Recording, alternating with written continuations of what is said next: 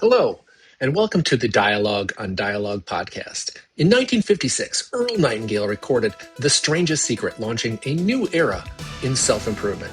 Over his lifetime, he created thousands of radio and audio programs exploring success, purpose, and meaning. This project is my personal reflection on those ideas, what they meant then, and how they apply now, as I work to put them into practice, and invite you to come along for the ride. Episode 53, The Checklist. As Earl Nightingale reminds us, people don't need to be educated nearly as much as they need to be reminded. This series is about remembering the truths we probably already know and learning how to live them.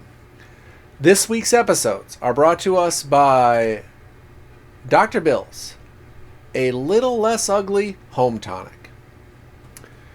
Do you ever catch a glimpse of yourself in the mirror and think, maybe I could be just a little bit less ugly?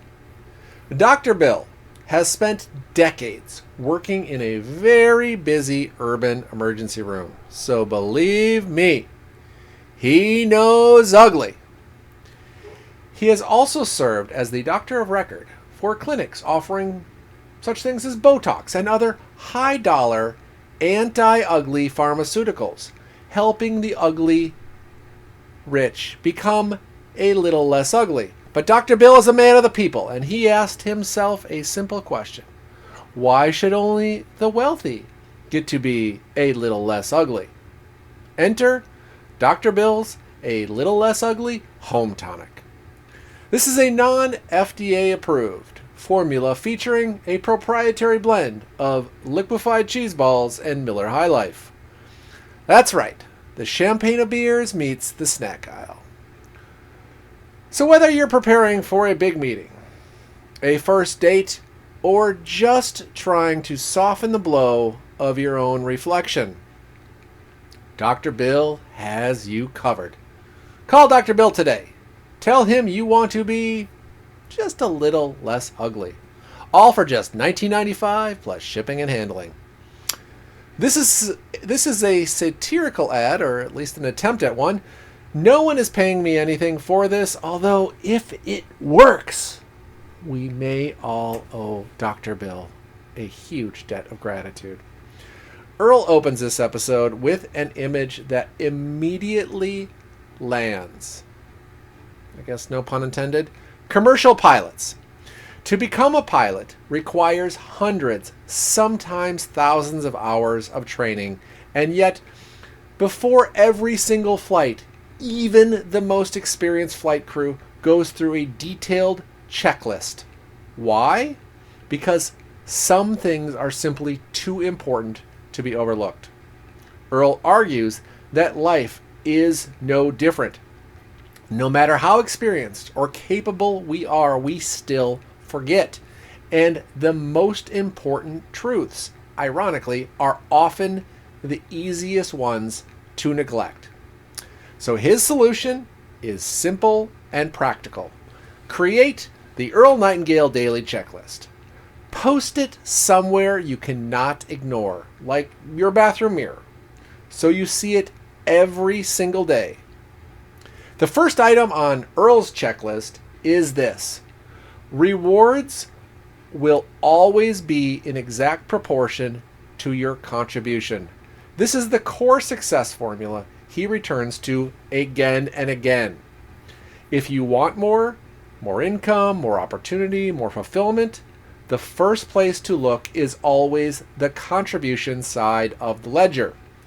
Earl makes an almost mischievous observation here. Very few people around you truly understand this principle or live by it, which means you are not actually competing with most people. Once you internalize this law, you're playing a different game altogether. The second word Earl wants on your checklist is gold mine, or as he sometimes reframes it, gold mined. This is the reminder that what separates human beings from every other animal is our ability to think. And not just think linearly, but exponentially. Most people, Earl says, are playing a game of follow the follower. They react, they imitate, they wait. Very few people sit down and ask, how will my job be done in 10 years? What skills will matter then? How can I reach out and pull the future toward me?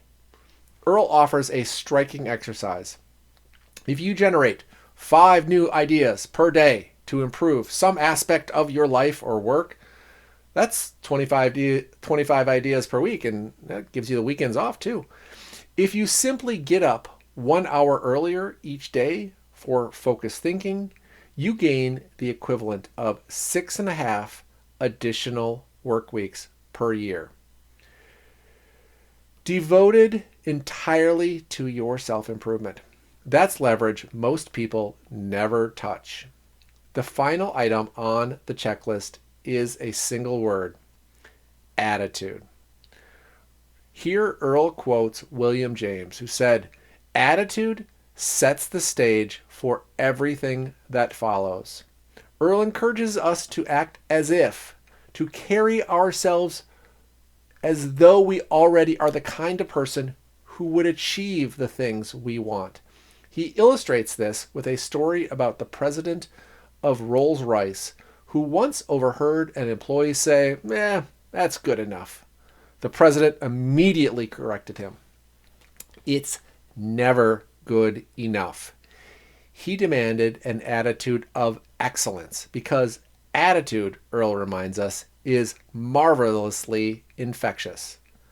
A great attitude can change a team, a department, an organization, a family, even a life. Earl compares attitude to the quarterback of a football team, the one who sets the tone, directs the play, and determines whether the whole team moves forward or falls apart. Episode 53 brings everything down to something beautifully concrete. Success doesn't require remembering everything. It requires remembering the right things every day.